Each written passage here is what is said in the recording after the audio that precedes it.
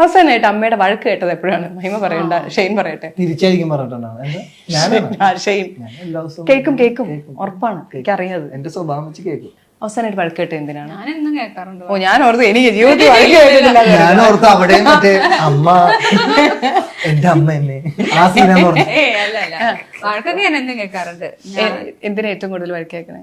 എനിക്ക് തോന്നുന്നു എന്റെ ഈ ഒരു ആറ്റിറ്റ്യൂഡിൽ ഒരു സാമട്ടുണ്ട് എനിക്ക് എല്ലാ കാര്യത്തിലും. അതായത് സാമട്ട് എന്ന് പറയും, സാമട്ട് എന്ന് പറയും. കേട്ടിട്ടില്ല. സാമട്ട് വന്ന പോലെ വരട്ടെ, എല്ലാത്തിനും എനിക്ക് സാമട്ട എനിക്ക്. അപ്പം അതിന് ഞാൻ ഒരുപാട് എല്ലാ കാര്യത്തിലും അതുണ്ടാവും കേട്ടോ.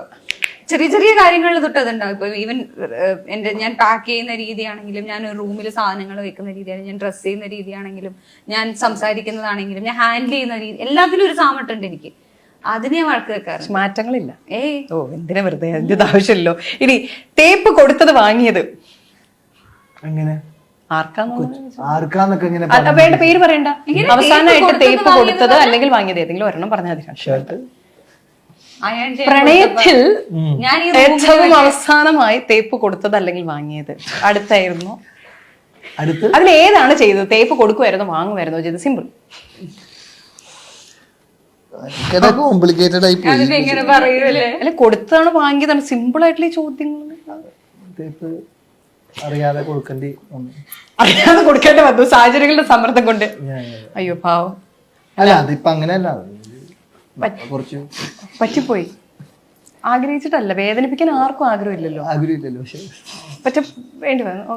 മൈമ ഇല്ലായിരിക്കും ജീവിതത്തിൽ. തേച്ചിട്ടില്ല, എന്നെ തേപ്പിച്ചിട്ടില്ല. പറ, കള്ളം പറ. ജീവിതത്തിൽ ഒന്നുമില്ല. ഇല്ല, കഴിഞ്ഞ ഇന്റർവ്യൂല് പറഞ്ഞിട്ടുണ്ടേ. എന്ത്? എന്നോട് എന്താ പറഞ്ഞു? പറ. എന്ത്? ഒരു പയ്യനെ നന്നായിട്ട് പറ്റിച്ച കഥ. ആഹാ, മറന്നുപോയി. എനിക്ക് നല്ല ഓർമ്മയുണ്ട്. ഞാൻ ആരെയും പറ്റിച്ചിട്ടില്ല. തേച്ചില്ലേ?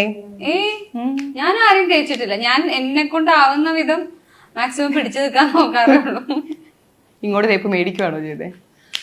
തേപ്പ് മേടിച്ചിട്ടുമില്ല ഞാൻ. ചുമ്മയാ. ഇന്റർവ്യൂ ആണ് എടുക്കും ഞാൻ. ആൻസനും മഹിമയും കൂടി ഇരുന്ന് ഇന്റർവ്യൂവിൽ പറഞ്ഞതാ. എന്ത് തേപ്പ് ഞാൻ കൊടുത്തു?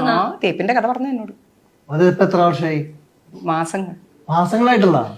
ഞാൻ തേപ്പ് കൊടുത്തുന്നാ? തേപ്പ് കൊടുക്കുവാണോ വാങ്ങുവാണോ ചെയ്തതെന്ന് അതില് പറഞ്ഞു. മാർക്ക്?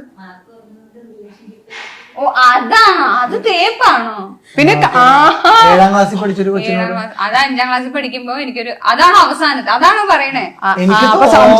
അതൊന്നും അല്ല, വേറെന്തോ ഉണ്ട്. അതാണ് അത് മെയിൻ ആയിട്ട് പറയാതിരിക്കാൻ വേണ്ടിട്ട് ഒളിച്ചു വെക്കാണ്. ഇല്ല, ഞാൻ ആരെയും തേച്ചിട്ടില്ല. എനിക്ക് ആ സ്വഭാവം ഇല്ല. എന്നെ തേച്ചിട്ടേ ഉള്ളൂ. എന്നെ ആരും തേച്ചിട്ടൊന്നുമില്ല. അപ്പൊ ജീവിതത്തിൽ പ്രേമിച്ചിട്ടില്ല. തേച്ചിട്ടില്ല, തേപ്പിച്ചിട്ടില്ല.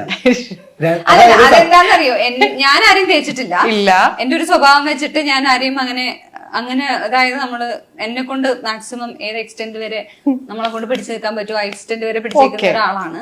അതുകൊണ്ട് ഞാൻ ആരെയും തേച്ചിട്ടില്ല. എന്നെയും ആരും തേച്ചിട്ടൊന്നുമില്ല.